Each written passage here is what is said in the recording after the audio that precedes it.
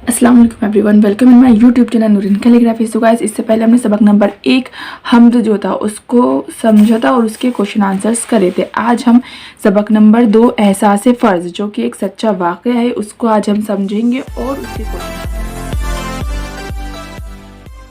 करेंगे कि सबक नंबर 2 एहसास फ़र्ज़ में क्या कहा गया है। तो सबक नंबर जो 2 है एहसास फ़र्ज़, ये हज़रत उमर रज़ियल्लाहु तआला अन्हु का एक वाक़या है। जैसे कि हम सब जानते हैं कि हज़रत उमर रज़ियल्लाहु तआला अन्हु जो मुसलमानों के दूसरे खलीफा थे। पहले अबू बकर, दूसरे उमर रज़ियल्लाहु अन्हु, तीसरे उस्मान, देन अली रज़ियल्लाहु तआला अन्हु।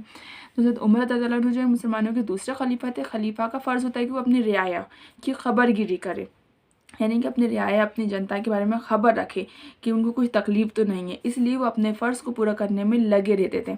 वो रात में भी रियाया की खबरगिरी के लिए गश्त, मतलब जो घूमते हैं ना, खबरगिरी करते घूमते कि कहीं किसी कोई परेशान तो नहीं है, गश्त लगाया करते थे। एक दिन आप गश्त करते करते बहुत दूर निकल गए। वहाँ आपकी नज़र एक झोंपड़ी पर पड़ी। देखा एक औरत चूल्हा जलाए बैठी है, चूल्हे पर हांडी चढ़ी हुई है और उसके बच्चे रो रहे हैं। औरत बच्चों को बहला रही है मगर बच्चे किसी तरह खामोश नहीं होते।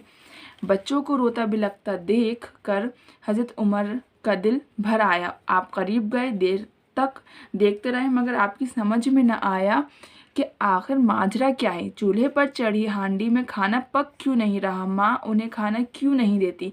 हज़रत उमर रज़ियल्लाहु तआला अन्हु ने औरत से पूछा, मैं इतनी देर से खड़ा देख रहा हूँ, तुम्हारी हांडी चूल्हे पर चढ़ी है, आखिर ये कब तक तैयार होगी। हांडी में कुछ है नहीं। औरत ने जवाब दिया, बच्चों को बहलाने के लिए सिर्फ पानी चढ़ा दिया है। चाहती हूँ कि किसी तरह उन्हें नींद आ जाए और ये सो जाए। हज़रत उमर ने देखा वाकई हांडी में सिर्फ पानी और कुछ कंकरियाँ थी। इसकी वजह ये थी कि उस औरत के घर में खाने को कुछ नहीं था। बच्चे भूख से बेहाल हो रहे थे। उनकी तसल्ली के लिए औरत ने चूल्हा जलाकर हांडी में पानी और कंकरियाँ डाल दी थी ताकि बच्चे ये समझें कि खाना पक रहा है और किसी तरह रात कट जाए तो सुबह कुछ कोशिश करूं। औरत बेचारी बेवा थी, घर में कमाने वाला कोई ना था और बैतुल माल से भी अब तक कोई वजीफ़ा मुकर्रर नहीं हुआ था। आपने दर्द भरे लहजे में कहा, माई तुमने खलीफा को इत्तला क्यों नहीं दी। औरत ने कहा, मेरे और उमर के दरमियान तो अल्लाह फ़ैसला करेगा। मैं औरत ज़ात किस से कहती फिरूँ। उसका फ़र्ज़ है कि वो अपनी रियाया की खबरगिरी करे। अगर वो अपना फ़र्ज़ पूरा नहीं कर सकता था तो वो खलीफा क्यों बन गया। ये सुनकर हज़रत उमर पर जैसे बिजली गिर पड़ी। अपने एहसास फ़र्ज़ से वो भागे हुए बैतुल माल पहुँचे। वहाँ से आटा, घी और खजूरें वगैरह लीं और पीठ पर लाद कर चलने लगे। तो आपके ग़ुलाम ने कहा, अमीरुल मोमिनीन, आप क्यों तकलीफ़ कर रहे हैं, लाइए मैं पहुँचा दूँ। हज़रत उमर ने कहा, नहीं, जब क़यामत में तुम मेरा बोझ नहीं उठा सकते तो आज तुमसे क्यों उठवाऊँ। ये कहकर आप सारा सामान खुद लाद कर उस औरत के घर पहुँचे। खुद बैठकर आग फूकी, खाना तैयार करके बच्चों को पेट भर खिलाया। बच्चे हंसी खुशी सो गए। चलते वक्त औरत ने कहा, खलीफा बनने के लायक तो तुम हो, ना कि वो उमर। हज़रत उमर रज़ियल्लाहु तआला अन्हु बोले, माई माफ़ करना, मैं ही उमर हूँ, मुझसे वाकई गलती हुई कि अब तक तुम्हारी खबर ना ली। औरत ये सुनकर बहुत शर्मिंदा हुई। उसके बाद हज़रत उमर ने बैतुल माल से उस औरत और उसके बच्चों का वजीफ़ा मुकर्रर कर दिया। तो ये था सबक नंबर 2 एहसास फ़र्ज़। अब हम इसके क्वेश्चन आंसर्स देख लेते हैं और इसकी एक्सरसाइज ग्रामर वगैरह देख लेते हैं। तो सवाल नंबर 1 कि हज़रत उमर रज़ियल्लाहु तआला अन्हु कौन थे। तो इसका आंसर ये है, हज़रत उमर मुसलमानों के दूसरे खलीफा थे। ये फर्स्ट का आंसर हो जाएगा। सेकंड है, हज़रत उमर रात में गश्त क्यों करते थे।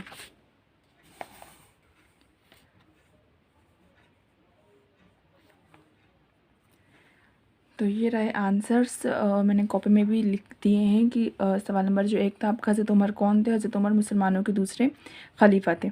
और सेकंड है, सवाल नंबर 2 है, हज़रत उमर रात में गश्त क्यों करते थे। हज़रत उमर रात में गश्त अपनी रियाया की खबरगिरी के लिए करते थे। सवाल नंबर 3 है, बच्चों को बहलाने के लिए औरत हांडी में क्या पका रही थी? बच्चों को बहलाने के लिए औरत हांडी में पानी और कंकरियाँ पका रही थी। सवाल नंबर 3 के बाद सवाल नंबर 4 है। सवाल नंबर 4 है, हज़रत उमर ने औरत से क्या पूछा? हज़रत उमर ने औरत से पूछा, मैं इतनी देर से देख रहा हूँ तुम्हारी हांडी चूल्हे पर चढ़ी है, आखिर ये कब तक तैयार होगी? अब इसके बाद सवाल नंबर 5 है। सवाल नंबर 5 है, हज़रत उमर ने बेवा औरत की किस तरह मदद की? हज़रत उमर ने बेवा औरत के लिए बैतुल माल से उसके और उसके बच्चों के लिए वजीफ़ा मुकर्रर कर मदद की। सवाल नंबर 6, जब ग़ुलाम ने बोझ उठाने के लिए कहा तो हज़रत उमर ने उसे क्या जवाब दिया? जब ग़ुलाम ने बोझ उठाने के लिए कहा तो हज़रत उमर ने जवाब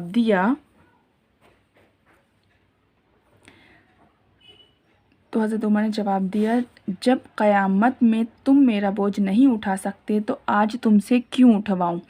सवाल नंबर 7 है, चलते वक्त औरत ने हज़रत उमर से क्या कहा? चलते वक्त औरत ने हज़रत उमर से कहा कि खलीफा बनने के लायक तो तुम हो, ना कि वो उमर। तो इसी के साथ हमारे सवाल जवाब हैं वो कंप्लीट हो गए हैं। अब इसके बाद दिया गया है कि अल्फाज की मदद से जुमले मुकर्रर कीजिए। हज़रत उमर मुसलमानों के दूसरे खलीफा थे, तो यहाँ पे आ जाएगा खलीफा। फिर है, मेरे और उमर के दरमियान अल्लाह फ़ैसला करेगा। थर्ड है, बच्चे भूख से बेहाल हो रहे थे, हांडी में सिर्फ पानी और कंकरियाँ थीं, जब क़यामत में तुम मेरा बोझ नहीं उठा सकते। तो ये इसके अल्फाज मायने कंप्लीट हो गए हैं। फिर इसके बाद कलमा दिया है, बामाने अल्फाज को कलमा कहते हैं। कलमे की क़स्में दी हैं, इस्म, ज़मीर, सिफ़त, फ़ैल और हर्फ। कलमे की क़स्में भी हैं और इस्म, ज़मीर, सिफ़त, फ़ैल और हुरूफ। इन सब की तारीफ़ आपको मेरी जो एक वीडियो है ग्रामर की उसमें मिल जाएगी, उसका लिंक मैं डिस्क्रिप्शन बॉक्स में शेयर कर दूँगी, तो आप वहाँ से देख लीजिएगा। फिर दिया दर्ज झेल जुमलों से इस्म छाँट कर लिखिए। तो इस्म क्या होता है? किसी भी जगह, चीज़ या जानवर के नाम को, किसी के भी नाम को या हर वो चीज़ जिसका कि हम नाम रख सकते हैं या नाम होता है, वो हमारा इस्म कहलाता है। तो अब इसके अंदर हज़रत उमर मुसलमानों के दूसरे खलीफा थे, तो यहाँ पर नाम क्या है? उमर। गश्त में आपकी नज़र एक झोंपड़ी पर पड़ी, तो हम कह सकते हैं चीज़ का नाम, तो ये झोंपड़ी हो गया। हांडी में पानी और कंकरियाँ थी, तो इसके अंदर हांडी, पानी, कंकरियाँ ये चीज़ हैं, तो इसलिए ये भी इस्म हुआ। हज़रत उमर ने बैतुल माल से आटा, घी और खजूरें वगैरह ली, तो उमर, आटा, घी, खजूरें ये हमारी इस्म होंगी। इसमें लिखा भी है किसी फ़र्द, जगह या चीज़ के नाम को इस्म कहते हैं, और ये एग्जाम्पल्स भी लिखे हुए हैं, यहाँ इस्म की तारीफ़ दी है। तो इसी के साथ ये जो हमारा चैप्टर है ये कंप्लीट हो गया है। और अगर आपको कुछ भी डाउट है, कुछ भी पूछना है, तो आप कमेंट बॉक्स में मैसेज करके मुझसे पूछ सकते हैं। इंशाल्लाह मिलेंगे नेक्स्ट वीडियो में। और हाँ, अगर आपने मेरा चैनल सब्सक्राइब नहीं किया है तो please subscribe it. Thank you.